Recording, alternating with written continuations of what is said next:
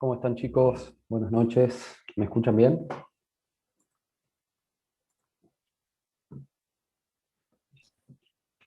Buenas noches, profe. Sí, se lo escucho bien. Bueno, bárbaro. Eh, bueno, hoy la idea, hoy lo que vamos a ver es esfuerzo de corte en vigas sometidas a flexión, que era lo que habíamos dicho la semana pasada. Pero antes de eso, yo recién estaba conectado, estaba escuchando un poquito la clase de Luis y quería agregar algunas cositas porque vi que surgieron algunas dudas, algunas que tenían que ver con pandeo y otras con vigas.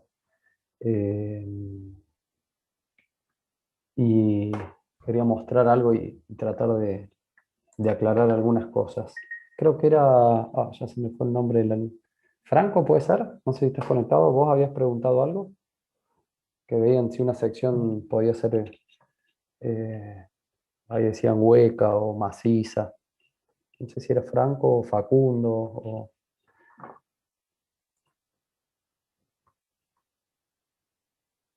¿No está?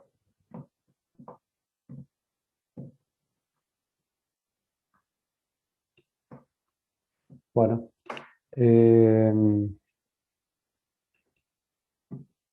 Bueno, a ver, una de las cosas que yo quería por ahí aclarar, que escuchaba que hablaban de vigas macizas o huecas, en realidad se llaman vigas de alma llena, cuando son macizas, o alma calada, en realidad cuando es una viga tipo reticulado o que es hueca por dentro. Y no pasa tanto por la carga a la cual va a estar sometida, que sea una viga de alma llena o no, sino por cuál va a ser la función, el diseño que tiene la viga y demás. Si ustedes se acuerdan, cuando nosotros empezamos, en una de las presentaciones de un PowerPoint que lo voy a compartir, yo les había mostrado, cuando empezamos a hablar de vigas, esta imagen, y estuvimos hablando un poco de esta máquina que es un puente grúa. Y yo les decía, bueno, justo cuando entramos a hablar de vigas, les comenté que esta máquina es un puente grúa que sirve para levantar una carga y trasladarla, ¿sí? Que todo esto que está en amarillo se desplazaba a lo largo de estas vigas que están acá, de punta a punta de una fábrica. Les había contado, esto es en Salta, es en un ingenio azucarero. Todos estos recipientes que están acá es donde, bueno, en esta planta se fabrica el azúcar, el chango. Es una industria química, pero obviamente hay componentes que son mecánicos. Estas vigas, son dos vigas, en realidad acá se ve una sola el ángulo de la foto, pero son dos vigas que soportan este carro que está acá arriba de color azul, y de ese carro era donde bajaba eso que se alcanza a ver ahí medio chiquito, que es un gancho. Entonces habíamos dicho, bueno, de esto que está acá, que es una situación real, nosotros la simplificábamos un poco y pasamos a esta viga. Esta viga que está acá, por ejemplo, en este caso, a ver si le hago un poquito de zoom y se ve ahí, no sé si lo alcanzan a ver, pero dice 10.000 kilos. O sea que ese gancho que está acá puede levantar algo que pese 10.000 kilos, o sea, 10 toneladas, que no es poca cosa. Entonces, un poco por lo que estaban hablando recién, que decían, bueno, una carga chica, una carga grande, tiene que ser lleno, 10 toneladas, yo por lo que hablaban ahí, para mí sería una carga grande, y entonces, por lo que yo interpreté de la duda y demás, decían, bueno, esto iba a ser una viga que tendría que ser maciza. Y bueno, no es una viga maciza. Esa viga está diseñada de tal forma que sea, yo también algo les había hablado, una sección eficiente. ¿Qué quería decir eso? Que sea una sección que resista mucho y que pese poco. O sea, que resista lo que más se pueda con el menor peso posible. Entonces hay que entrar a jugar un poco con eso. ¿Qué forma le doy? Hablábamos del momento de inercia, digamos, cómo distribuyo el área para hacer esa sección. Otra foto de eso, por ejemplo, acá, de otro puente, vamos a hacer una foto, está todo fuera de foco. A ver, por ejemplo, este es otro puente de grúa, pero les quería mostrar acá. Bueno, ahí se ve completo. Había una que se estaba, ve acá, por ejemplo, acá tiene el gancho y están levantando una carga. Hay dos vigas acá. Esto tenía 20 metros de largo. Para 3.000 kilos. ¿Ven? Ahí está el gancho. Se ve un poquito más que en la otra foto que les había mostrado. A ver, bueno. Acá levanta 3.000 kilos. Esta viga que está acá y esta viga que está acá, como les decía, no es una viga que sea de un perfil macizo. ¿Por qué? Si fuera de un perfil macizo, pesaría mucho más que la carga que vamos a levantar. Imagínense una viga. Vuelvo a lo mismo de recién. Esa viga que les estaba mostrando en la foto sería esta viga que está acá. Si esta viga que está acá tiene, para que se den una idea, una sección, pongámosle para simplificar, rectangular, que tiene 750 milímetros de altura y 300 milímetros de ancho, si fuera de una sección de alma llena, maciza, déjenme que lo busque acá, acá, yo ahí recién mientras ustedes hablaban dibujé esto para que podamos hablar. Imagínense una sección de acero maciza de 750, o sea, 75 centímetros de alto por 30 centímetros de ancho. Esta viga que está acá, si fuese de acero, pesaría unos 35.000 kilos. Imagínense que ese puente grueso para levantar 3.000 kilos, ¿no? Si tiene dos vigas que cada una pesan 35.000 kilos, ¿eh? O sea, las dos vigas solamente pesarían 70.000 kilos, no hay forma ni de montarlo ni de estructura. Digamos, la estructura sostén de ese puente de grúa ya sería una cosa descomunal. Entonces, no se va a usar una viga de sección maciza cuando estamos hablando de una estructura que está íntegramente fabricada en acero. Distinto es el caso del hormigón armado, ¿no? Pero si están hablando de acero, esa viga en la realidad tiene una sección de esta forma, que si le hacemos un corte acá adentro, esto es algo que es, digamos, real, tiene esta forma que está ahí. Son, simplificándolo, 4 chapas, 2 a los costados, que estas se llaman montantes, y 2 platabandas acá arriba, que son chapas relativamente finas. Supongamos, esta chapa de acá abajo tiene 3/16 de pulgada, o sea, casi 5 milímetros de espesor, medio centímetro. Esta que está acá arriba, 1/4 de pulgada, o sea, 6,3 milímetros, 0,6 centímetros. Las de acá de los costados, 1/8 de pulgada, o sea, 3 milímetros, 0,3 centímetros. Ahora, esta viga, de esta manera que está acá, si queremos ver cuánto pesa, pesa 1.522 kilos, contra los 35.000 kilos que pesaría si lo hiciéramos de sección llena. Ni hablar de el costo del material, imagínense a $1.50 el kilo de acero y la cantidad de... O sea, para trasladar, digamos, una viga así, no tendría en este caso ningún sentido hacer una viga de alma llena, maciza. Y estamos hablando que estamos levantando 3.000, 5.000, 10.000, 20.000 o hasta 50.000 kilos un puente grúa y en ningún caso la viga va a ser maciza. Hay que buscar cómo distribuir el área para obtener el mayor momento de inercia posible, tratando de que pese lo menos posible, ¿sí? De manera tal de buscar una sección eficiente. Eso en cuanto a secciones que estén hechas de acero. Después están los perfiles laminados, que algo hablamos y vimos las tablas. Eso sí, son están laminados y son macizos, pero bueno, tienen otros fines, ¿no? En la industria. Ya cuando hablen de una, si se está hablando de una viga de hormigón armado, bueno, ahí sí en general son macizas. El hormigón, digamos, es un elemento que tiene muy buena resistencia a la compresión, pero no tiene resistencia a la tracción. Por eso era que hablaban un poco del hormigón armado, que es hormigón mezclado con barras de hierro, de acero, no de hierro, sino de acero, que como el acero tiene buena resistencia a la tracción, se coloca en las zonas de la viga que están sometidas a tracción. Por ejemplo, en una viga simplemente apoyada, si tiene una carga vertical de arriba hacia abajo que se flexione, como veníamos, digamos, a ver, ¿cómo volver esta imagen acá? ¿Sí? Supongamos que esta es la viga y la cargamos acá verticalmente y se flexiona de esta manera. Bueno, las barras de acero estarán ubicadas en la parte de abajo de la viga. Supongamos que esta fuera la viga de hormigón. Bueno, por acá abajo va a tener hierro, va a tener barras de acero. Cosa de que cuando se flexione, la parte que está sometida a tracción lo resiste el acero y la parte de arriba, o sea, del eje neutro hacia arriba, que es la sección que está sometida a esfuerzo de compresión, ahí sí la puede resistir tranquilamente el hormigón.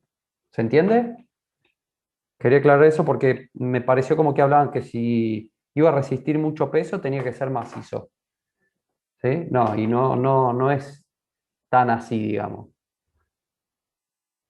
¿Tá? Cuando hablamos de acero, de una sección fabricada en acero, eh, vamos a buscar elegir una sección que sea lo más liviana posible. Para eso vamos a armar vigas con chapas, con perfiles y demás, estructuras que van a ser soldadas, pero buscando de que sean livianas. ¿Sí? ¿Se entendió? Si alguien tiene una consulta de esto antes de que empecemos. Fue No, se una sigue viendo consulta, Soli. ¿cómo fue eso? Sí. Una Sí. consulta, ¿cómo dijo? Había que distribuir el área o el momento de inercia de forma que podamos... Sí, justamente era lo que veíamos cuando, digamos, veíamos momento de inercia. Nosotros necesitamos, cuando hacemos una sección, ver cuál es la forma que me conviene. ¿Cómo voy a distribuir el área? ¿Yo qué voy a buscar en una viga? Bueno, que la sección transversal tenga el mayor momento de inercia posible. Estamos hablando ahora de una viga sometida a flexión. ¿Está bien? Entonces, si yo digo, bueno, mira, voy a volver a compartir acá el Soli. Eh, acá el Soli. Supongamos, vamos a hacer algo así rápido, cualquier cosa al azar. Vamos a hacer un rectángulo. Supongamos que este rectángulo lo vamos a hacer de 5 centímetros de altura por 2 centímetros y medio de ancho.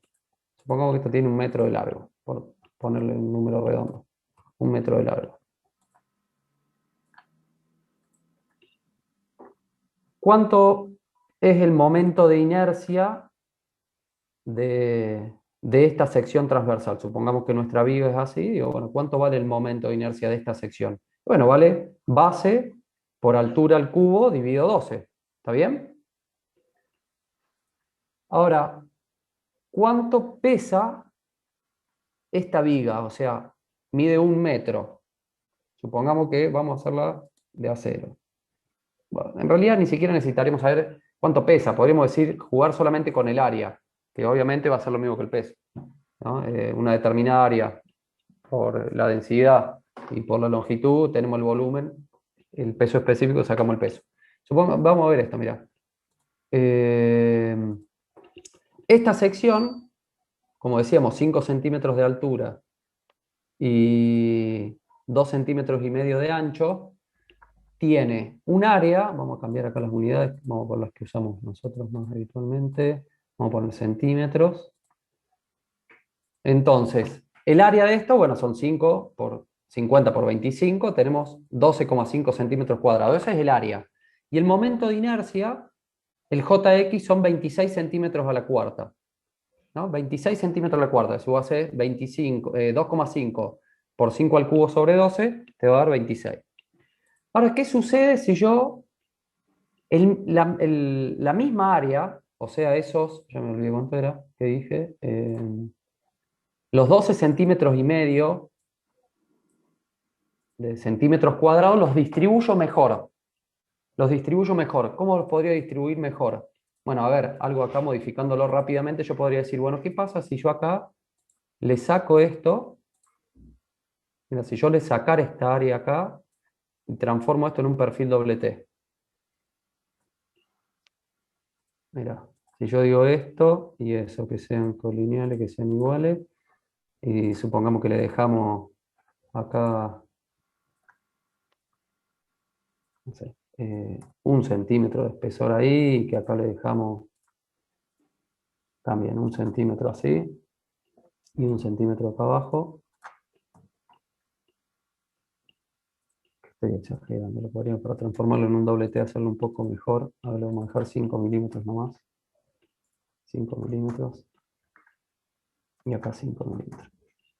¿Me seguí? Yo digo, bueno, toda esta área, estos dos rectángulos, se los resto. O sea que, si yo me voy acá a extruir corte, y hago un corte por toda la profundidad, ahora el área va a ser menor de lo que era antes. Pero ¿qué sucede si yo ese área que le resté acá, se la agrego haciendo que esto sea más alto y más ancho y demás? Y digo, bueno, buscando de que el área sea igual. ¿Me seguís? Entonces acá en vez de 50, supongamos que esto tiene 100, en vez de 5 centímetros, va a tener 10 centímetros, y esto en vez de 2 centímetros y medio, que tenga 4 centímetros. Antes el área era, ¿se acuerdan? 12 centímetros y medio. Y el momento de inercia, el JX, eran 26. Si yo ahora esto que está acá me fijo qué área tiene, calcular, propiedades de sección. Mira, el área es menor, 8,5, o sea, la tendría que hacer un poquito más alta, un poquito más ancha, pero fíjate qué pasó con el momento de inercia. 120 contra 26 que era antes.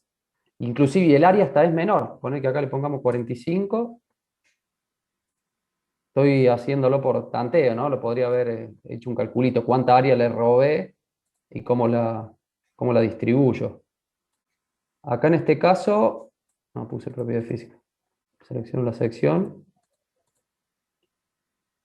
Propiedad de sección. Mira, estamos 9. Todavía lo puedo agrandar más. 130.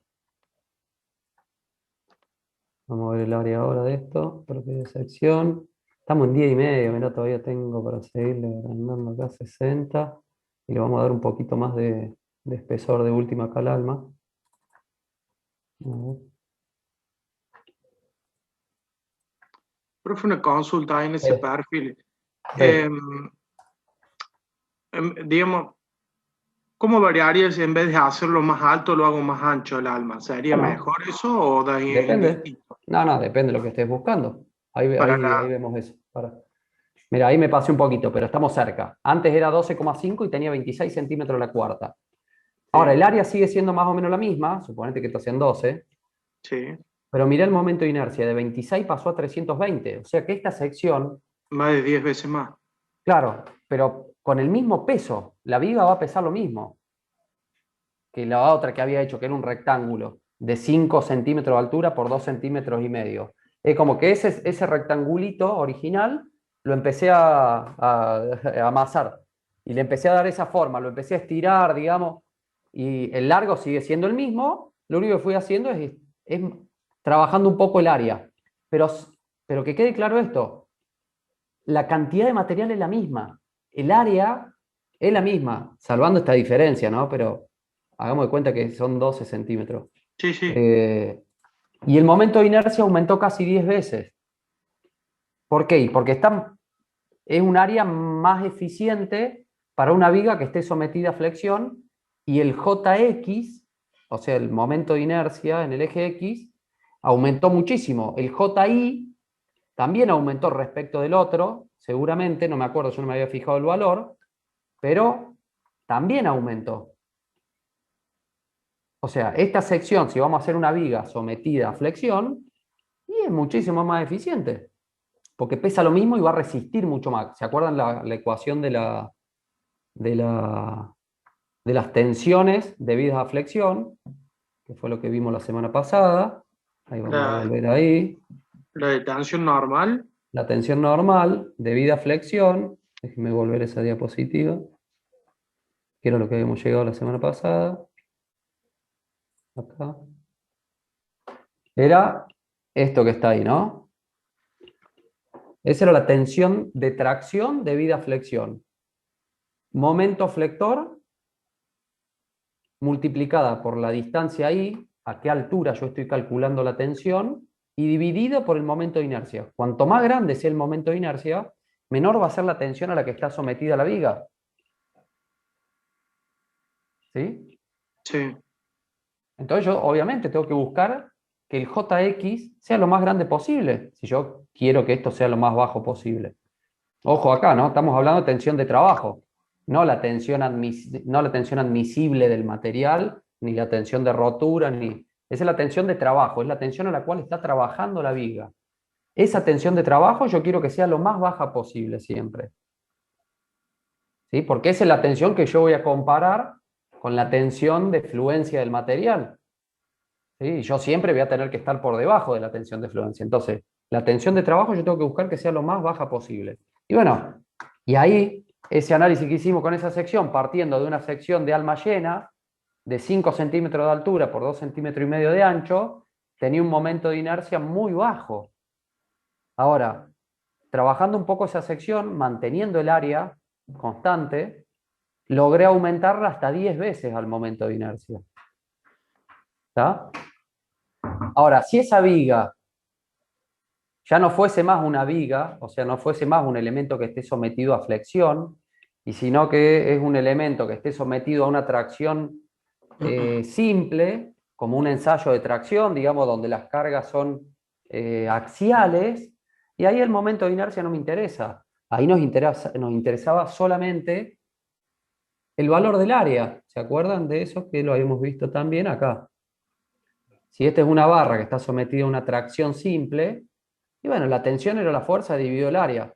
Y ahí me interesa el valor del área. Entonces, en este caso, me daría exactamente lo mismo que tenga esa sección que yo busqué, o dejarlo directamente ese rectángulo de 5 por 2,5. Pero el tipo de esfuerzo al que está sometido es diferente. El fenómeno, o sea, es otra estructura.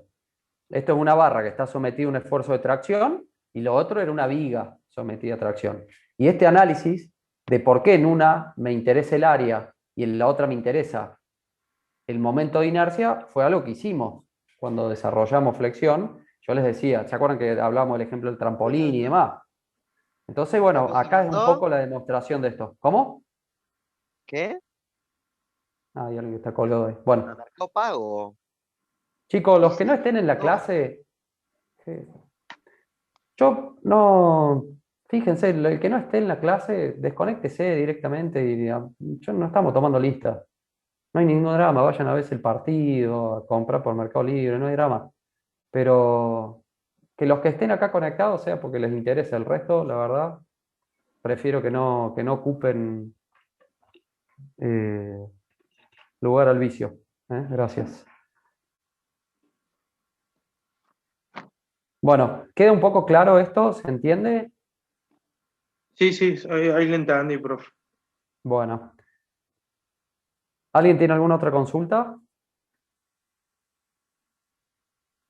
¿No? Ese tipo de análisis son los que vamos a tomar en el parcial, digamos, ¿no? En las preguntas del teórico. Que ustedes, entendiendo el concepto, puedan responder la pregunta. Por eso es importante esto que se entienda bien, que no hagan algo así o que sigan un ejercicio el paso a paso sin saber qué están haciendo y demás, sino que se entienda, porque una vez que lo entienden van a poder hacer cualquier otra cosa.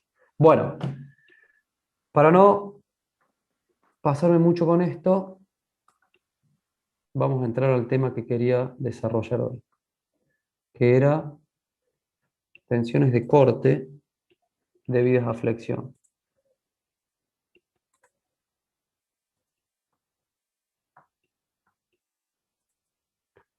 Las tensiones de corte debidas a flexión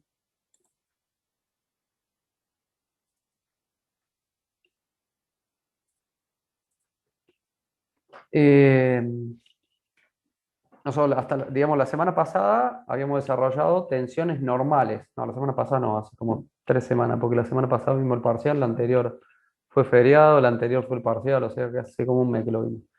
Pero de una viga que está sometida a flexión, habíamos hecho el análisis de las tensiones normales.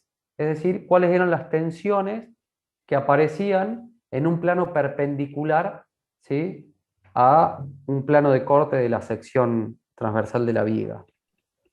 Profe, ¿vas a grabar la clase? Ah, sí. Todo lo otro que dije quedó en la nada. Sí, no, yo recién me di cuenta. Dale. Ahí está. Bueno, esa era la tensión normal que habíamos desarrollado. La otra tensión que se genera debido a un esfuerzo de flexión, o sea, son tensiones indirectas, es la tensión de corte. ¿Sí? Entonces, siempre que tengamos una viga sometida a flexión, en esa viga podemos tener tensiones normales y tensiones de corte. Las tensiones de corte, una manera de graficarla, acá sería, imagínense que la viga que está sometida a la flexión, la imaginemos compuesta de 3 flejes apoyados uno arriba del otro. Supónganse 3 reglas. Si tienen 3 reglas iguales, apoyan una arriba de la otra, le ponen un apoyo así en los extremos y una carga al medio. Entonces, cuando se deforma, eso se va a deformar de una, exagerado, pero algo más o menos así. Los extremos se van a desplazar, o sea, cada una de las reglas se va a curvar y va a mantener su longitud. ¿Está bien? Entonces pasa esto que está acá. O si ustedes tienen una pila, así un cuaderno, hay una pila de papel, y la doblan, cada uno de esos papeles resbala uno sobre otro en la unión, en los planos, ¿sí?, entre un papel y otro, o entre una capa y otra, y toman esta forma que está acá. Eso es porque, en realidad, son 3 elementos distintos uno sobre el otro, y no hay nada que impida el deslizamiento de una superficie sobre la otra. Ahora, si nosotros, me salieron las 3 juntas, ese mismo caso, supónganse que acá tiene un perno, ¿sí?, un tornillo, un agujero, y le pasamos un perno que agarre a las 3 reglas, cuando la deformemos, ya no va a poder pasar esto que pasaba antes. Se van a deformar las 3 juntas. Primero que va a ser mucho más resistente a la flexión, digámosle, ¿sí? Y después, si hacemos un análisis, vamos a ver que ahora en este caso es así. ¿Por qué? Bueno, porque ahora este perno que tiene acá no permite ese desplazamiento de una capa sobre otra. Bueno, cuando nosotros tenemos una sección de material uniforme, en donde no existe esa posibilidad de que una de las capas se deslice sobre la otra, y el material, como decía, tiene continuidad, justamente entre un plano y otro que nosotros imaginemos ahí en el seno del material, se genera esa tensión de corte, y el material tiene que ser lo suficientemente resistente para poder, ¿sí?, resistir ese esfuerzo y que se comporte de esta manera, por más que no tenga este perno acá. Si esa sección, en vez de ser 3 flejes, fuera uno solo de esta altura y lo deformamos, se va a comportar de esta manera, ¿sí?, pero porque el material está resistiendo esas tensiones de corte que se generaban entre cada uno de los planos que nosotros dividiéramos la viga. ¿Me siguen hasta acá? Sí, profe. Bueno. Entonces, volviendo a nuestra viguita de todos los martes, nosotros habíamos planteado esta viga. ¿Se acuerdan que yo les hablé de lo que era la flexión pura simple, que fue el caso que habíamos utilizado para el desarrollo de las ecuaciones de Navier, que eran las que nos daban las tensiones normales, y habíamos analizado la viga en esta zona, comprendida entre C y D. ¿Por qué? Porque ahí el esfuerzo de corte era 0 y el momento flector era constante. Entonces, en nuestro desarrollo eso nos simplificaba mucho, porque el momento flector podía salir fuera del integral, porque era mucho más simple ese desarrollo. Y después se verifica que en la práctica, en la realidad, no hay gran diferencia en el resultado final si hacemos esa simplificación o no la hacemos, y consideramos acá y llegamos a otra fórmula corregida, que es un desarrollo mucho más complejo y demás, pero que en definitiva después a la hora de la práctica el resultado es prácticamente igual, o sea, esa diferencia era despreciable. Eso es lo que habíamos dicho con la flexión pura simple, ¿sí? Analizar en esa sección donde el corte era cero y el esfuerzo y el momento flector era constante. Y habíamos llegado, como les decía, a estas ecuaciones de Navier. Ahora, ¿qué pasa si nosotros analizamos nuestra viga en una sección acá, donde hay un esfuerzo de corte y el momento flector no es constante, sino que en la sección de la izquierda teníamos momento flector y en la derecha una variación de momento flector debido a ese esfuerzo de corte. Entonces, acá en la sección de la izquierda, la tensión normal va a ser el momento sobre Jx por I, o sea, esta ecuación que está acá.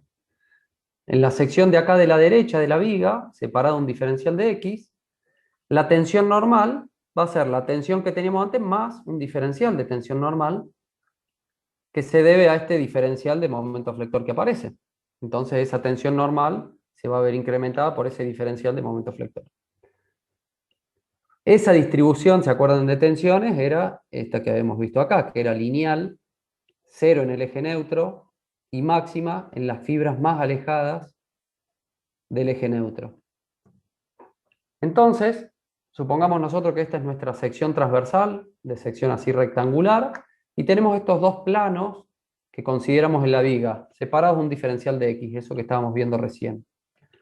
Entonces, ¿qué sucede? O sea, esa tensión que veíamos acá en este plano, debido a al momento flector, me daba un sigma X, y acá me daba un sigma más diferencial de sigma.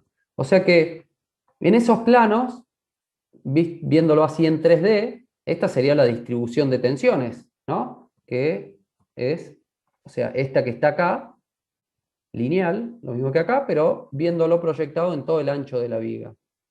¿Sí? Bien. ¿Qué pasa si nosotros acá dividimos en un plano imaginario, este que se ve ahí, la viga, ¿sí? Este que está acá, esta es la viga a lo largo de la viga, diferencial de X era la distancia entre los dos planos en los que estábamos calculando, ¿sí? O sea, este plano que está acá y este plano que está acá, es este el M1N1 y el MN, y tomamos un plano que esté a una distancia I1 del plano neutro o del eje neutro, o sea, ese que está ahí. Esta sería la vista lateral. La viga tiene una sección de ancho B y altura H, ¿no? Y como es rectangular, el eje neutro está a la mitad, a H sobre 2. Entonces, ¿qué va a pasar en este paralelepípedo de porción de viga que vamos a analizar? Fíjense que eso que está ahí, yo lo amplío y lo dibujo acá. A esa altura tenemos este valor de tensión. Acá abajo tenemos este valor de tensión. Y a la izquierda lo mismo. Este valor de tensión ahí. Y acá ese valor de tensión. O sea, esa ecuación, sigma igual momento flector dividido Jx por I, esa I sería, considerándola hasta ahí, o sea, I1, ¿ven? Ahí, y cuando I vale H sobre 2, o sea, cuando I vale I1, tenemos este valor de tensión, que sería ese que está ahí. ¿Sí? Bien. Sigamos para adelante.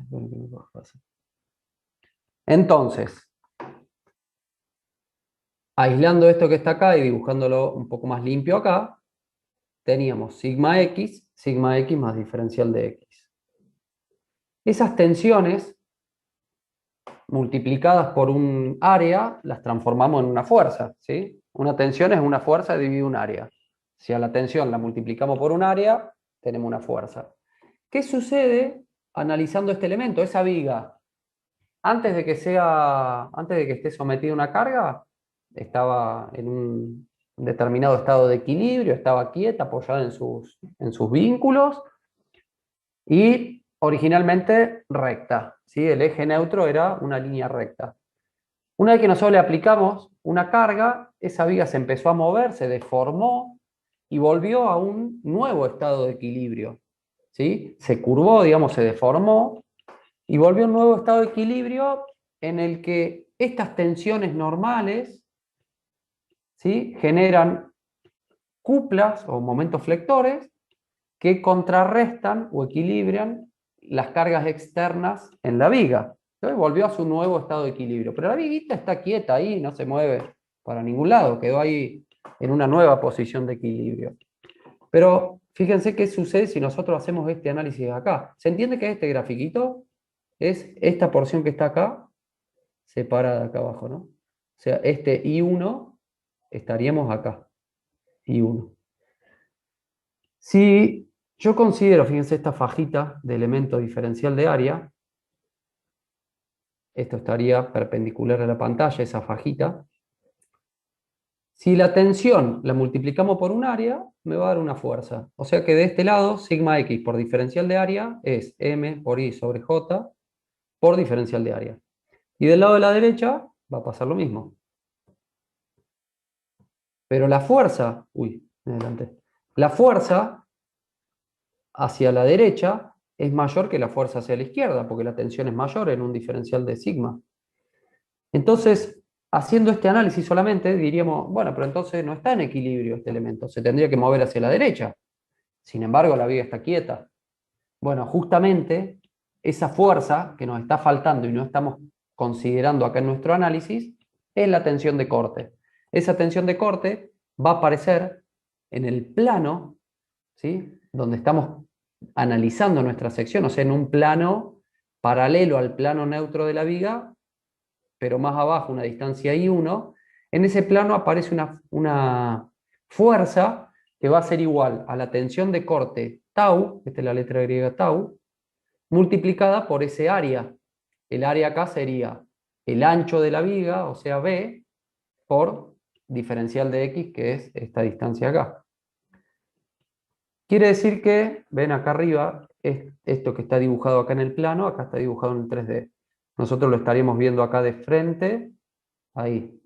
Esta fuerza, esta tensión tau actúa sobre toda esta superficie acá de ancho diferencial de X y largo B, que es este B que está acá, que es el ancho de esta viga. Esa tensión multiplicada por el área va a ser igual a la diferencia entre la tensión multiplicada por el área de este lado y la tensión multiplicada por el área de este otro lado. Quiere decir que si nosotros restamos estos dos, nos va a dar igual a tau por B por diferencial de X. Fíjense, acá resolvemos un poco esto. Yo esto lo estoy, digamos, explicándoselo más o menos rápido.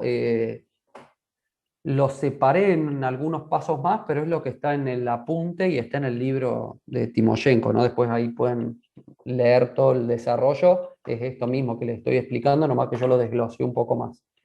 Pero léanlo bien ahí y después en todo caso repasen esto que estamos viendo acá si lo terminan de entender bien.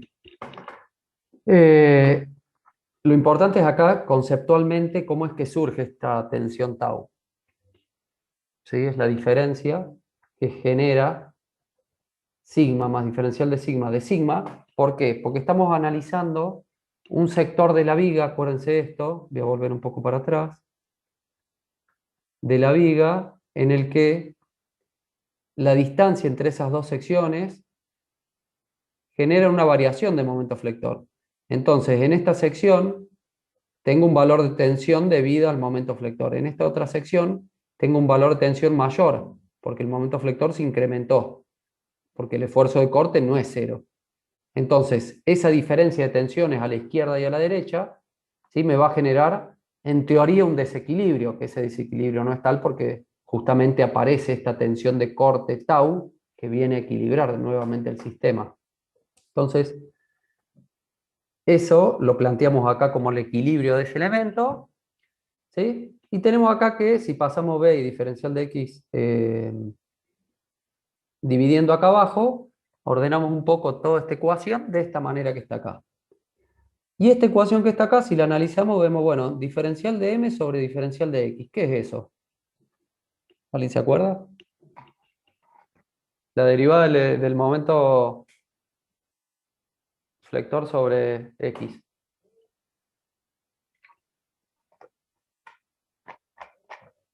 ¿Nadie? ¿Están todos viendo el partido? ¿Era el ¿No? esfuerzo cortante, profe? Bien, el esfuerzo de corte, perfecto. Y esto otro que está acá, esta integral, fíjense, la integral de I, acá, I por diferencial de área entre los límites de integración serían I1 y C1, que C1 era la distancia a la fibra más alejada, o sea, H sobre 2.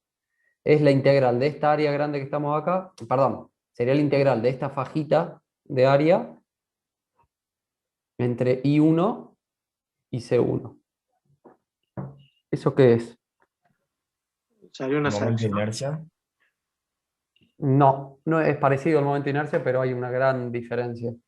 El momento de inercia, la I estaba elevada al cuadrado, que es un momento de segundo orden, el momento de inercia de la sección. Este es un momento de primer orden y es lo que se conoce como momento estático de una sección. El momento de inercia de una sección siempre va a ser un valor positivo, en cambio el momento de primer orden o momento estático no siempre va a ser, inclusive puede llegar a ser cero.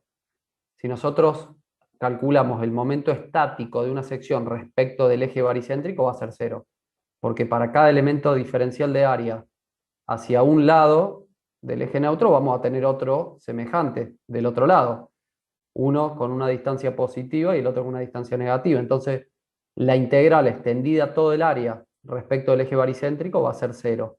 En este caso no, porque estamos integrando entre I1 y H sobre 2, o C1, digamos.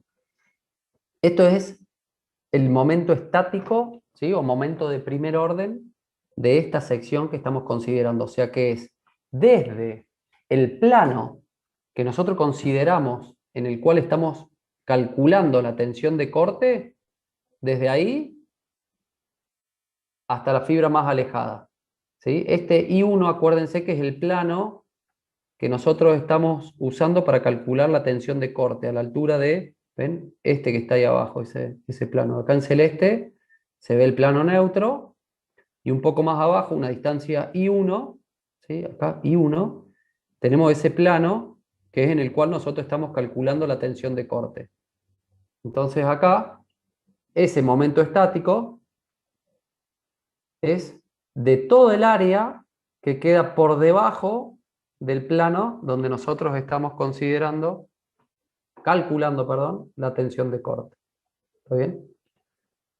Bien, entonces ordenando un poco esto acá, si reemplazamos eso por el esfuerzo de corte y esto por la letra S que vamos a usar para llamar el momento estático, llegamos a esta ecuación en la que tau, la tensión de corte debida a flexión, es igual al esfuerzo de corte, que esto lo sacamos del diagrama, multiplicada por el momento estático, dividido por B, que B en este caso es el ancho de la viga en la sección donde estamos calculando la tensión de corte.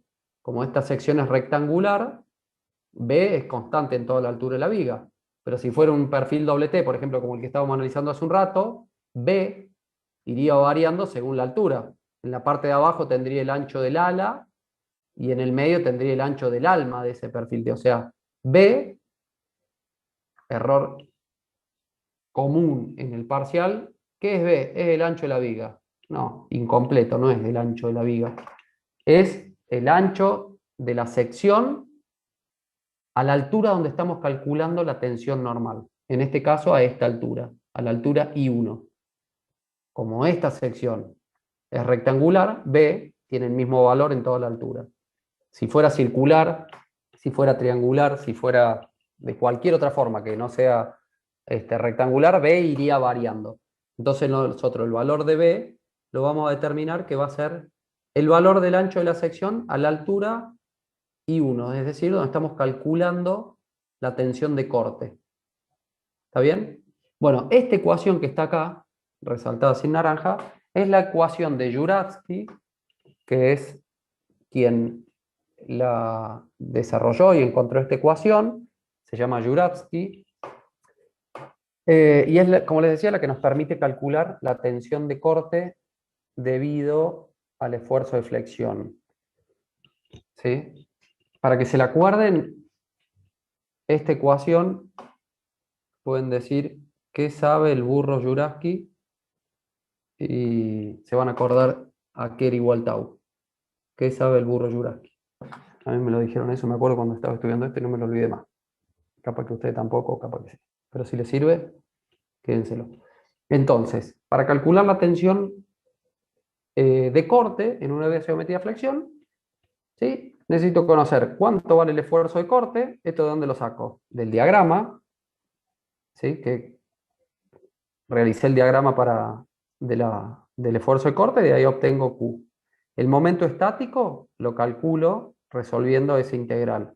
O ya vamos a ver que en realidad cuando son secciones simples no vamos a andar resolviendo un integral, lo resolvemos más fácil, porque en definitiva es el valor del área esta acá sombreada multiplicada por la distancia esta I, que vendría a ser del baricentro del área sombreada al eje neutro, dividido por el ancho de la sección a la altura donde estamos calculando el esfuerzo de corte y dividida por el momento de inercia de toda la sección.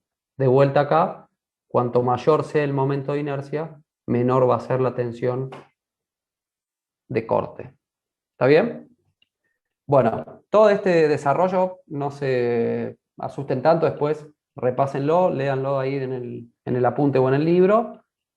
Es bastante simple de entenderlo. Veamos cómo es la distribución de tensiones de corte. Nosotros habíamos visto antes que las tensiones normales, la distribución era lineal y no dependía de la forma de la sección.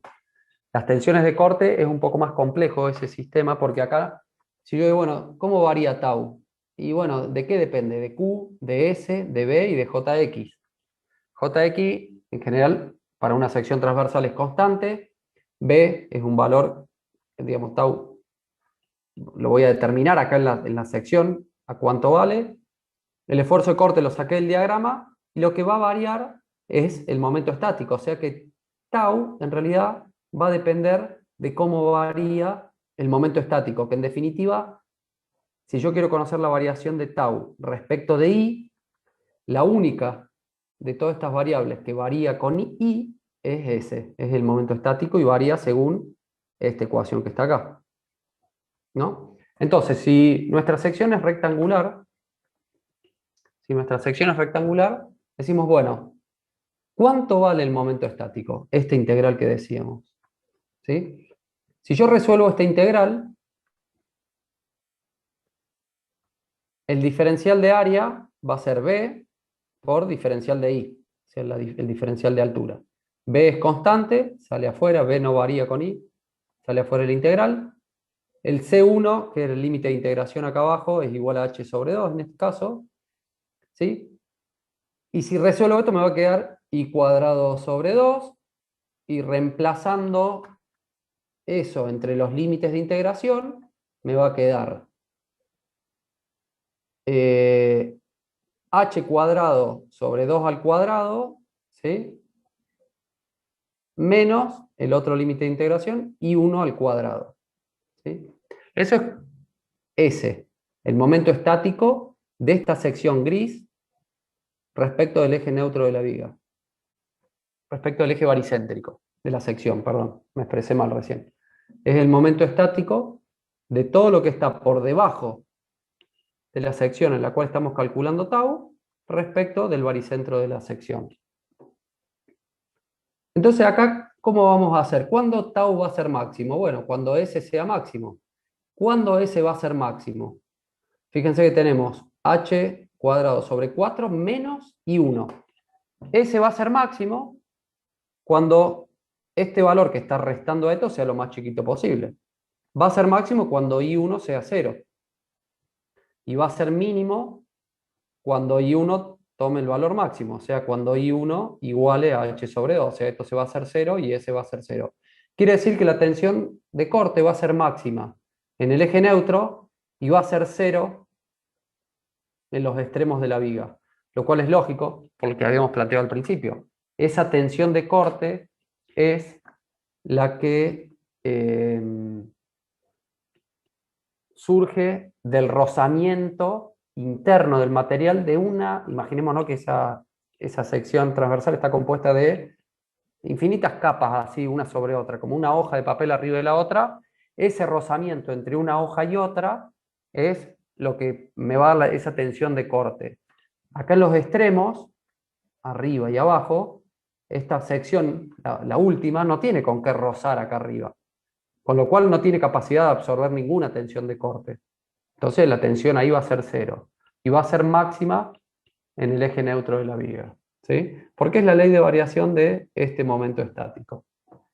Entonces la distribución de tensión tiene esta forma. Fíjense que es cuadrática porque como varía en función de I1 y I1 está al cuadrado, es una parábola de esa manera. ¿Se entiende? El Jx en esta sección es base por altura al cubo sobre 12. Entonces si reemplazamos estos valores, ¿sí?, en la sección rectangular y yo digo, bueno, ¿cuánto vale la tensión máxima tau? Tau máximo va a ser para cuando I1 es 0, o sea, esto va a ser 0. H cuadrado sobre 4 por B sobre 2. Se me va a quedar BH cuadrado sobre 8. Acá. Acá abajo BH cubo sobre 12, acá tengo una B y Q es el valor que saqué del diagrama. O sea que, reemplazando todo eso y ordenando un poco, la tensión de corte máxima en una sección rectangular, ojo con esto, en una sección rectangular, va a ser igual a 3 medios Q sobre B por H. O sea, una vez y media el esfuerzo de corte dividido por el área de la sección transversal, B por H. Esto es solamente válido, repito, para una sección rectangular. Si la sección fuese circular, tendríamos que calcular cuánto vale el momento estático a la altura a la cual querramos conocer la tensión de corte. ¿Está bien?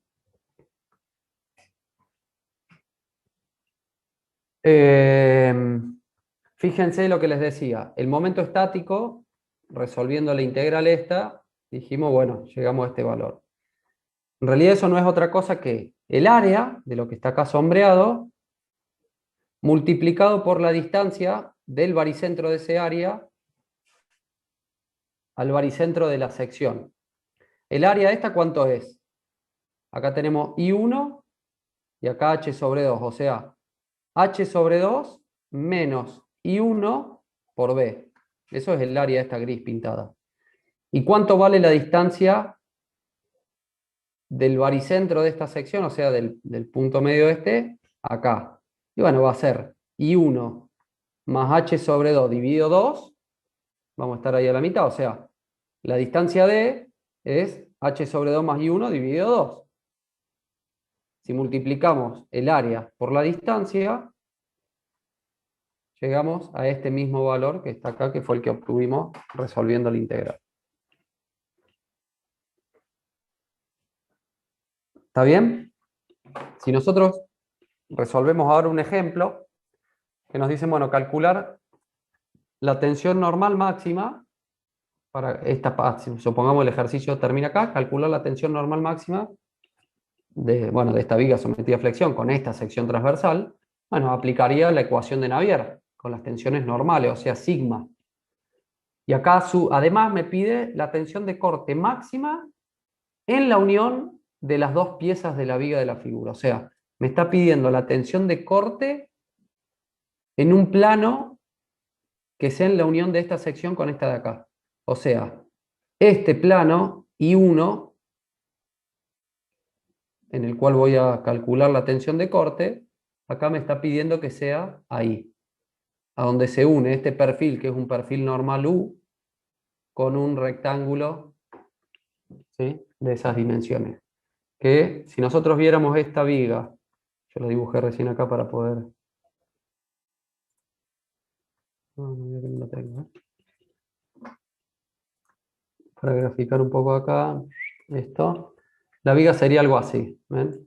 Que estamos analizando la sección transversal es un perfil UPN con un rectángulo y acá va a estar, qué sé yo, soldado, no nos interesa a nosotros por ahora qué, nos vamos a imaginar que entre esta pieza y esta pieza de acá abajo, o sea, son dos áreas que están unidas rígidamente de alguna manera. Supongamos que están pegadas, bueno, la tensión de corte en este plano, ahí, Esa tensión de corte, bueno, el pegamento que yo use para unir esta sección con esta sección es el que se va a tener que resistir. ¿Sí? Yo voy a tener que buscar un pegamento que sea capaz de resistir esa tensión de corte que une estas dos piezas, que como yo las estoy considerando que están rígidas, se van a comportar como una sola pieza. Esto cuando se deforme, se va a deformar todo como una sola pieza. No es que esta se va a deformar por un lado y esta otra por otro. En la realidad, yo le dibujé en verde el apoyo, si estas dos piezas no fuesen una sola pieza, si no estuviesen soldadas, por ejemplo, todo a lo largo de esa línea, simplemente estuviesen apoyadas una arriba de la otra, y yo lo deformo, ahí sí, cada una se va a deformar por separado y va a aparecer ese escalón acá afuera, en la que el perfil UPN se deforma de una forma y este de otra. Al estar soldadas acá, ya se comporta todo como una sola pieza, entonces el momento de inercia va a ser el momento de inercia de todo este conjunto. ¿Sí? Y bueno, y esa viga tenía una carga puntual acá, una carga puntual ahí, o sea, una a 1,5 metros, la longitud son 6 metros. A 1,5 metros tiene una carga, a 1,5 metros de esa carga tiene otra carga puntual, y tenía dos cargas uniformemente distribuidas que las representé así, medias transparentes. ¿Sí? Entonces, esta sería la viga que hay que resolver. Y me dice la tensión normal máxima y la tensión de corte ahí, en esa unión. ¿Está bien? Entonces, para resolver ese ejercicio,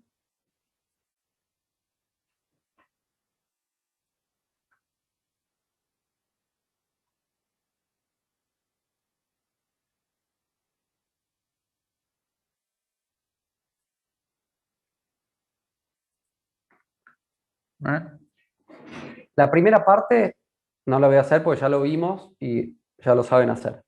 Hagamos la segunda parte, calcular la tensión de corte.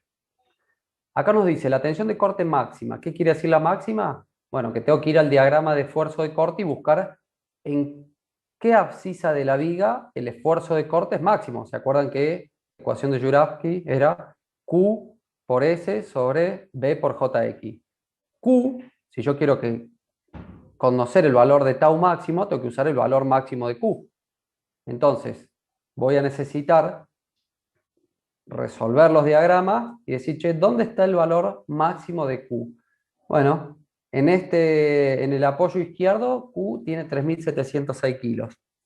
En el apoyo derecho, Q vale 2.393. ¿Q máximo dónde está? Bueno, acá, en el apoyo A.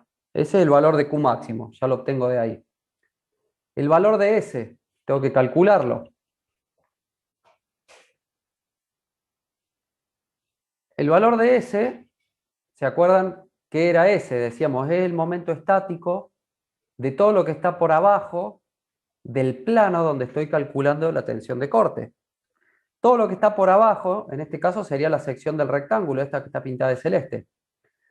Es totalmente válido, y ustedes pueden hacer en algún caso la comparativa para verificar, decir que S también es, porque la definición en realidad del momento estático acá, S, cuando estamos calculando tau, es todo lo que está, perdón, es el momento estático del área que está por debajo o por encima del plano donde estamos calculando la tensión de corte tau respecto del eje neutro o respecto del eje baricéntrico de la sección transversal. Si yo tengo las dos alternativas, voy a elegir la que más me conviene. Numéricamente van a llegar al mismo resultado si hacen el área del rectángulo celeste multiplicada por la distancia entre el baricentro de ese rectángulo y el baricentro de toda la sección, o sea, estos 2,56, ¿sí? El área multiplicado por 2,56 les va a dar, miren, lo podemos hacer.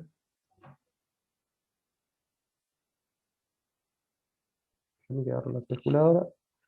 El área, que eran 3 centímetros de altura por 35 de ancho, creo que era. Sí, por 35 de ancho.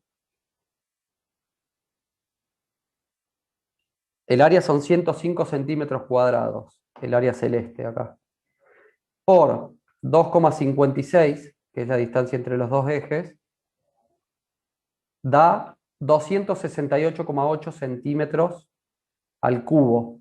Ese es el momento estático, que va a ir acá, ese. ¿Se entiende? Del plano donde estoy calculando la tensión de corte hacia abajo. Sería el área del rectángulo multiplicada por la distancia entre estos dos ejes. 268,8. Si yo hiciera el momento estático de todo lo que está por encima de la sección respecto del eje baricéntrico de toda la sección, sería el área del UPN, que la puedo obtener de una tabla, en este caso está simple, a ver si lo tengo acá resuelto. No. Pero vamos a buscar el área de un perfil UPN 26. Yo ya les había mostrado eso. Bueno, se lo dejo para que lo hagan ustedes, porque si no, no voy a llegar a terminar con esto. Lo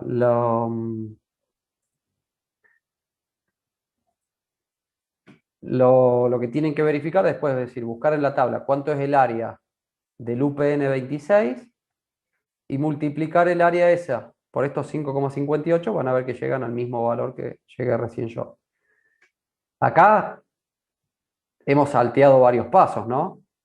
La posición del eje baricéntrico, este X, 4,06 desde acá abajo, desde los ejes X y Y que tome como referencia, acuérdense de esto, lo que hablamos la semana pasada en la corrección del parcial. Yo ya se los puse acá y en realidad ustedes lo deberían calcular para poder conocer la posición de este eje X. Una vez que conocen la posición de ese eje X, recién ahí van a obtener este valor de 2,56 y este valor de 5,58. Bueno, obtenemos el valor del momento estático, como les dije recién, 35 por 3 es el área, la distancia 2,56. Este es el momento estático. Tenemos Q, tenemos S, B. ¿Alguien se anima a decirme cuánto vale B? A ver si estaba en el...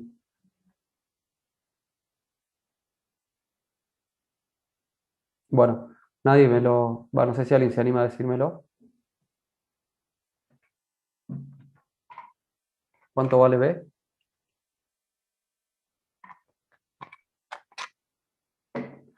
Bueno, capaz que estoy hablando solo acá. B, en realidad no me lo podrían decir porque es un dato que me estoy dando cuenta que no se los puse acá. Profe, B no, vendría a ser el ancho en contacto de las dos piezas. O sea, voy a volver a la imagen del sólido acá. El B, si esta sección la vemos de frente, bueno, voy a girar eso. El B sería eso que está ahí. Uy, no.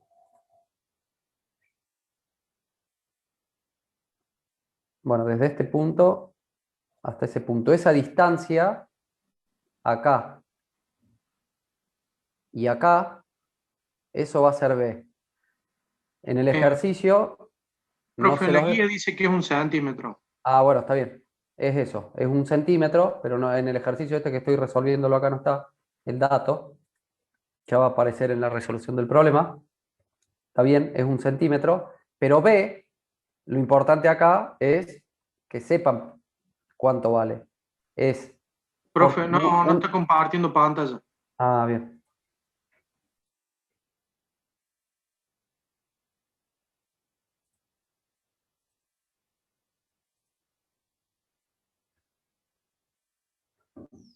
Acá.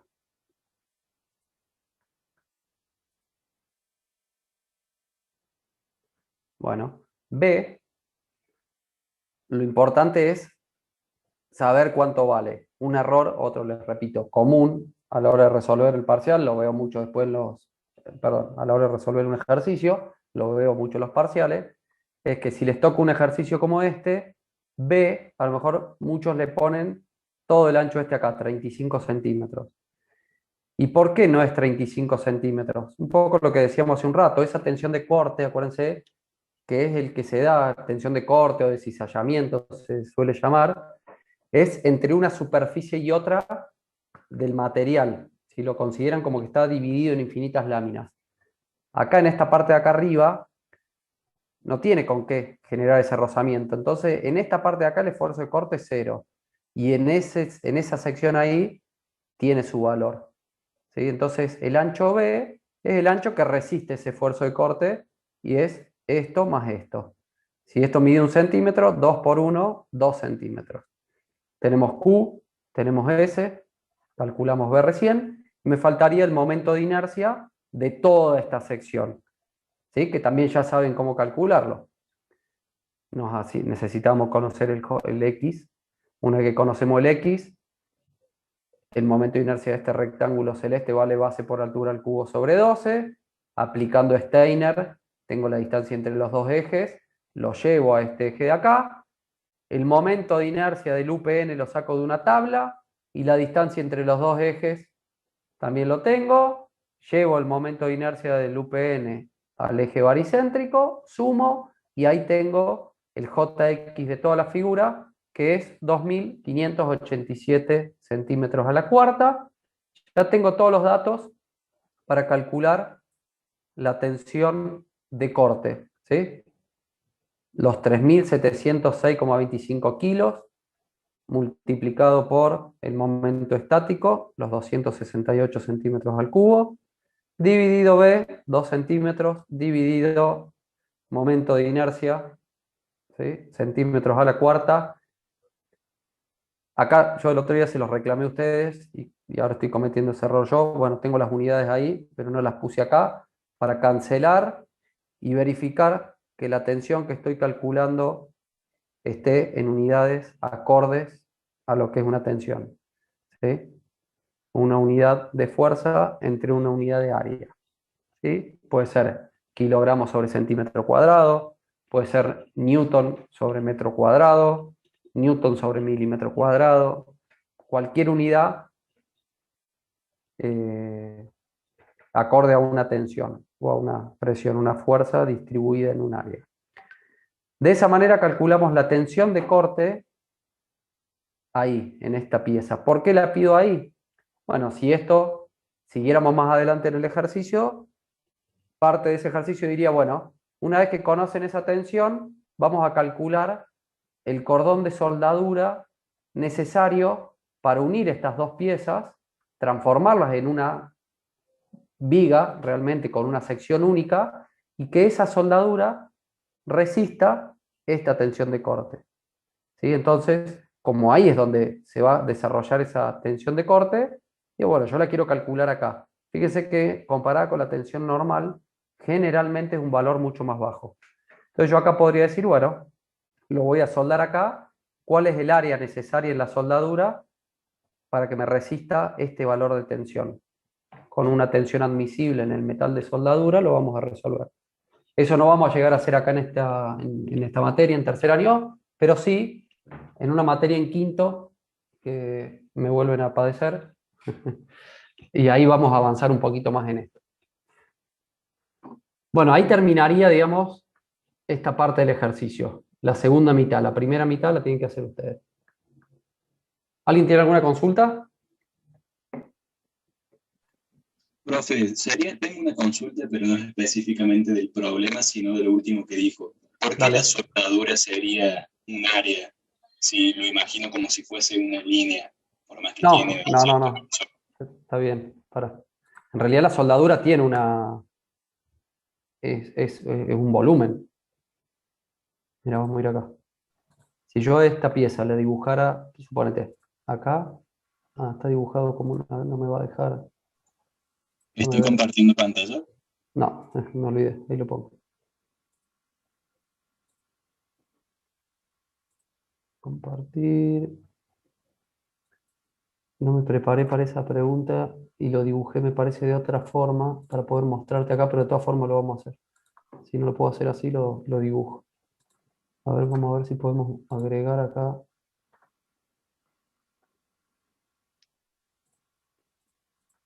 Profe, también variaría el tipo de soldadura que hay que hacerle, ¿o no? ¿En qué sentido?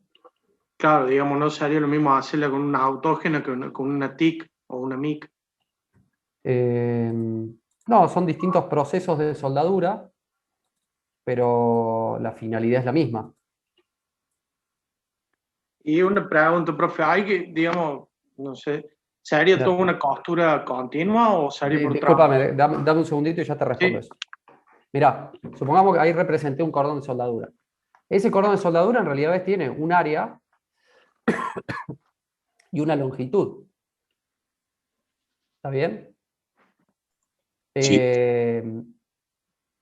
Esa tensión de corte, digamos, me estaría adelantando un poco acá, pero acá este cordón de soldadura va a tener una de las características que es la garganta del cordón, que es la bisectriz acá de este triángulo. O sea, la altura esta desde este punto hasta la perpendicular acá al cateto, esa altura es un valor característico, un cordón de soldadura se llama, lo llamamos con la letra A, ¿sí? Que es la garganta, y ese valor de A multiplicado por todo el largo te da un rectángulo hacia lo largo de toda la viga, y esa es la sección resistente del cordón.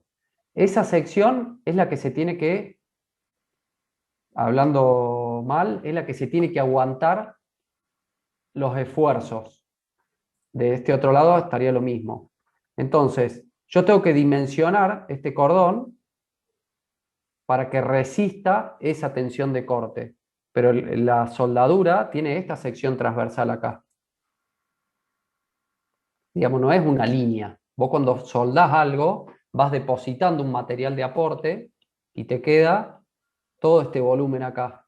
Ese volumen tiene, bueno, un plano, que es la sección resistente del cordón, y ese es el área que vamos a usar para calcularla. No sé si con eso te aclaro un poquito la duda esa, pero no es para nada una línea un cordón de soldadura. Tiene sí, volumen. sí, me queda mucho más claro. Igual Bien. lo decía como que quizás eh, fuese despreciable ese volumen, pero ahora veo que No, no, no, no es no. para nada Sí, no, despreciable.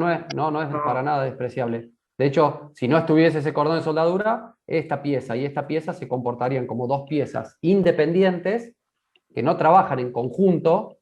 Entonces, volviendo a lo que estábamos viendo acá, si esta pieza verde, el UPN, no estuviese rígidamente unida al rectángulo este celeste, yo no podría considerar el momento de inercia como que esto fuese toda una figura. Tendría que considerar ahí sí la suma del momento de inercia del UPN y la suma del momento de inercia del rectángulo. Cada uno respecto de su eje baricéntrico, que va a ser muchísimo menor al considerar que esto y esto es una sola pieza, está todo unido, y ahí el momento de inercia de ese conjunto es mucho mayor. Mirá, vamos a hacer esto. Algo simple. Y ahí vuelvo con lo tuyo que me decías de la soldadura, si es continua o no. Pero antes de eso, fíjate, vamos a hacer algo acá, algo simple. Si yo hiciese, o hiciera, no sé cómo es, un rectángulo, vamos a hacerlo obviamente con una figura simple, de 12, para hacer un número redondo, 12 centímetros de altura por 1 centímetro de ancho. No, ahí me estoy complicando solo. Al revés. 1 de ancho por, otra vez, 12 de ancho por 1 de altura. Ese es un rectángulo. Y le vamos a dar así, no sé, 1 centímetro de largo, no importa. Eso. ¿Cuánto vale el momento de inercia Jx de este rectángulo? Base por altura al cubo dividido 12. O sea, 12 por 1 al cubo dividido 12, 1. El momento de inercia de ese rectángulo es 1 centímetro a la cuarta. ¿Está bien? Pero vamos a poner acá que las unidades estén en centímetros. ¿Ves? El Jx, 1 centímetro a la cuarta. Base por altura al cubo dividido 12, 1. Si arriba de este de acá hay otro rectángulo igual, si arriba de este rectángulo hay otro igual, pero esos dos rectángulos están apoyados uno sobre el otro,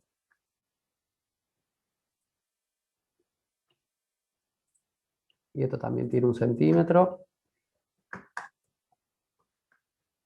¿Se entiende lo que estoy haciendo? Estoy haciendo algo así bien simple como para Sí, sí. graficar lo que quiero decir, no que sea algo real esto. Le damos, que no funciona el resultado acá, que esté en la misma profundidad que este. Son dos secciones, y a ver, digamos, si en vez de dibujarla de 1 centímetro de largo, le vamos a decir, bueno, esto tiene 1 metro, que es nuestra viga. ¿Sí? Esta es la viga, está apoyada acá, y la cargamos acá arriba. Si la sección transversal fuesen dos rectángulos apoyados uno arriba del otro, pero no están soldados, están simplemente apoyados, y es más, hasta tienen un lubricante entre uno y otro, que el rozamiento ese sea ínfimo. Que el rozamiento ese sea ínfimo.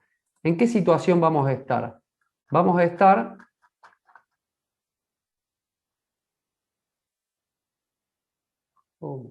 para. A ver. Vamos a estar acá, en esta situación. ¿Está bien? Ahora están viendo la otra pantalla, ¿no? ¿La compartí? ¿Sí? ¿O no? ¿Siguen sólidos? Sí, se ve bien. Vamos a estar en esta situación, en la que una se va a deformar independientemente de la otra. ¿Está bien? En ese caso, el momento de inercia, a la hora de resolver un problema así, si esto era 1 centímetro a la cuarta, el momento de inercia de estas dos son 2 centímetros a la cuarta. Sumo este y sumo este. Sin aplicar Steiner ni nada, porque esto no es un rectángulo de 12 por 2 de altura. Son dos rectángulos apoyados uno al lado del otro, uno arriba del otro, y como les decía, cuando esto se flexione, este se puede mover libremente respecto de este se va a estirar más, menos, lo que haga falta, y va a haber un desplazamiento en ese plano. Ahora, si yo lo hubiera, claro, si yo lo hubiera pegado a toda esta superficie, suponete que sean dos tablas de madera y le hubiera puesto cola en toda esa superficie y las pego, ahí ya no se van a poder mover una con respecto a la otra. O si son de acero y digo, bueno, yo esta línea que está acá, ahí, lo sueldo todo a lo largo y genero un cordón de soldadura de este lado y un cordón de soldadura de este lado, ya cuando se deforme, no se van a poder desplazar una con respecto a la otra y se va a comportar ahí sí todo como una sola sección, y ahí se va a comportar como si esta sección transversal tuviese 12 por 2. Si nosotros hacemos un rectángulo de 12 por 2, nosotros recién dijimos que la suma de los dos serían 2 centímetros, 2 centímetros a la cuarta, pues sumábamos el centímetro a la cuarta de cada uno. Ahora, si la sección, en vez de estar unida, fuese una sola sección de 2 centímetros de altura, fíjate que el momento de inercia de esto, en lugar de ser 2, se me cruzó acá, para que cambie la cara, no puse propiedad física, de sección de esto que está acá, es 8. Fíjate cómo cambia al estar unidas rígidamente una sección con la otra, o que simplemente estuviesen apoyadas. ¿Se ve la diferencia? De 2 centímetros a la cuarta pasa a 8, solamente por haberlas unido. Ahora, ¿qué pasa? Bueno, para que realmente se comporten como una sola, yo tengo que garantizar que esa unión se banque los esfuerzos a los cuales esté sometido y lo haga trabajar como una sola cosa. Si debido a los esfuerzos la tensión de corte es más alta de lo que puede llegar a resistir ese método de unión que puse yo, y lo va a romper. Suponete que sea cola de carpintero y 2 tablas, y la flexión es muy grande, las va a despegar, y va a hacer que una se desplace sobre otra. Si yo lo soldara acá, y esa soldadura no se banca esa tensión de corte que tiende a mantener esas dos secciones unidas para que se comporten como una sola sección, se va a partir esa soldadura, se van a separar las dos piezas y se va a deformar mucho más. ¿Por qué? Porque el momento de inercia pasa a ser mucho menor. En lugar de 8, va a ser 2. Y como está dividiendo, la tensión es mucho más alta. ¿Se entiende? Sí, profe, ahora con el ejemplo fue incluso más claro. Gracias. Bien, de nada. Entonces, volviendo a la otra pregunta que me habían hecho, lo voy a hacer acá también en el Solid. Mira, esta soldadura, recién me preguntaba si tenía que ser toda continua o puede ser en tramos. Bueno, eso va a surgir del cálculo. En general, y por eso les dije hace un rato, el valor de tensión de corte es menor y bastante menor al valor de tensión normal. En general, están las excepciones, obviamente. Pero en general, el valor de la tensión de corte es mucho menor al que calculan como tensión de corte. Entonces es probable que si ustedes hacen un cálculo de cuál es la sección necesaria en el cordón de soldadura para resistir esa tensión de corte, acá les va a dar, digo un ejemplo cualquiera, 2 milímetros. Y hacer un cordón de soldadura de 2 milímetros no es algo que se puede hacer, digamos, siempre va a ser mucho más grande. Por más chiquito que lo quiera hacer, va a tener una sección más grande. Entonces lo que se puede hacer, en ese caso, es hacer un cordón de soldadura intermitente. Entonces lo que hacemos es, bueno, esto, el paso del cordón, podríamos poner, no sé, 200 milímetros, por poner algo acá, y la longitud del cordón, 50 milímetros. No, lo vamos a hacer más, a ver, 100 y 500, pongamos, por decir algo así. Está. Entonces lo soldamos así, entramos, sueldo un tramo acá, dejo un espacio, sueldo un tramo acá, dejo un espacio, sueldo. De manera tal de que el área total va a ser el área de este tramito más el área de esto, o sea, el área resistente es mucho menor. Como el área resistente es menor y el área va a ser A por L, A va a tener que ser más grande. Y va a ser un valor de A que puedo llegar a ser realmente. Muchas veces van a haber elementos que estén soldados de esta manera. Inclusive esto tiene, bueno, beneficios en cuanto a, siempre que se suelda una estructura, si ustedes quieren soldar esto que está acá, estas dos piezas, es impresionante la deformación que sufren los materiales cuando son soldados. Imagínense que para soldar dos piezas de acero hay que fundirlas.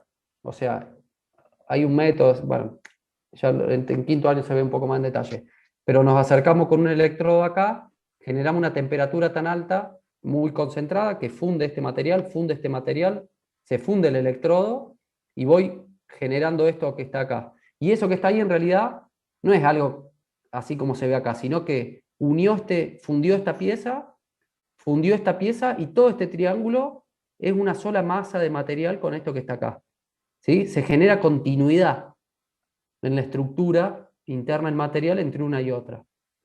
Toda esa energía térmica que estamos metiendo se traduce en un aumento de temperatura significativo, con lo cual hay dilataciones, y si dilatamos mucho respecto de un eje y no en el otro, esta pieza se deforma y pasa a tener una deformación como si fuera en el sentido de la carga o al revés, inclusive les podría decir hasta de algunos centímetros.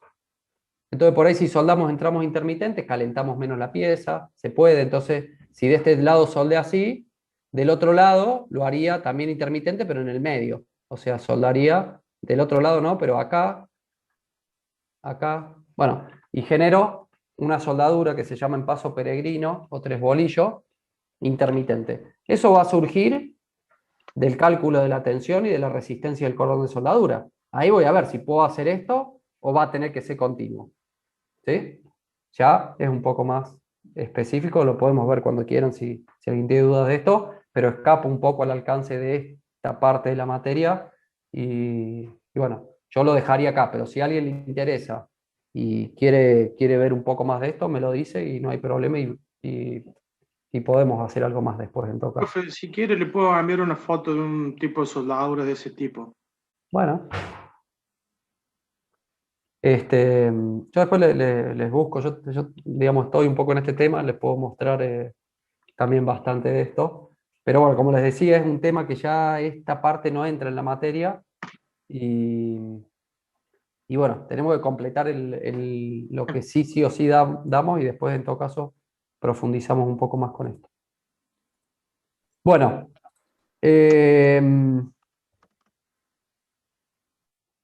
bueno, hasta acá llegaríamos con lo de hoy.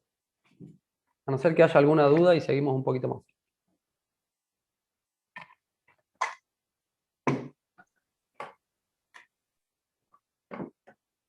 ¿Nadie tiene consultas? De momento no, profe. Bueno, cuando se pongan a hacer los ejercicios van a aparecer. Denme bola, Profe, pónganse porque los van a dejar para la última semana y van a estar hasta las manos. hoy estuve sufriendo con uno de esos ejercicios. Bueno, cualquier duda pónganla ahí en la V.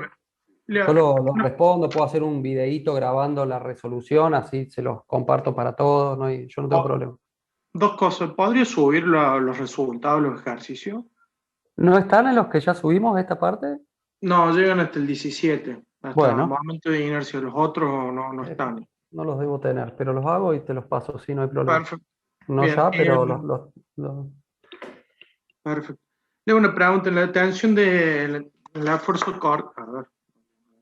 En la tensión cortante, B era el área en contacto entre las piezas. ¿Así Sí, sería? no, sí y no, las dos cosas. En este ejercicio sí. B Ah, bien. es eso. Ahora, yo te podría haber pedido que calcules la tensión de corte a una distancia de, no sé, 2 centímetros del eje neutro hacia arriba. En ese caso, B sería lo que mide el ancho de la sección a donde estás calculando la tensión de corte. ¿Tá? En este caso, B es lo que vos decís, pero porque el problema pide la tensión de corte ahí, en esa unión. Si el ejercicio fuese calcular la tensión de corte a la altura del eje baricéntrico de la viga, sería acá en el eje X, tendrías que ver cuánto vale el ancho de la viga ahí. Si el ejercicio Bien, fuera calcular la tensión de corte en el eje baricéntrico del rectángulo de abajo, B sería 35. o sea, digamos, depende si en ese lugar tenemos dos piezas o es una pieza completa, digamos. Sí. En realidad nosotros esto lo estamos analizando como si fuera una sola sección, compuesta de estos dos, pero se comporta como si fuera uno solo. Ah, ¿Sí? pues la Entonces, tensión de B, corte estaría en los puntos de apoyo, digamos, en este caso. en este caso, la pregunta era B, la unión de las dos piezas. Entonces B vale esto más esto. Pero como te estoy diciendo, si acá hubiera dicho calcular la tensión de corte máxima en a una distancia de 1,5 centímetros desde la parte más baja de la viga, sería acá, 1,5 centímetros hacia arriba, ahí. ¿Cuánto vale B en este caso? Bueno, B va a valer 35 centímetros, porque el ancho este son 35. Perfecto. Bien. ¿Está bien? ¿Se Sí, entiende?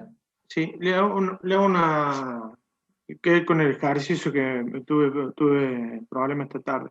El ejercicio Ujú. 20, Sí. que pide calcular la tensión normal máxima. La parte del cálculo del momento de inercia, la verdad que no sé, Espera que ahí quedé. lo voy a buscar porque no sé cuál es. No, porque no.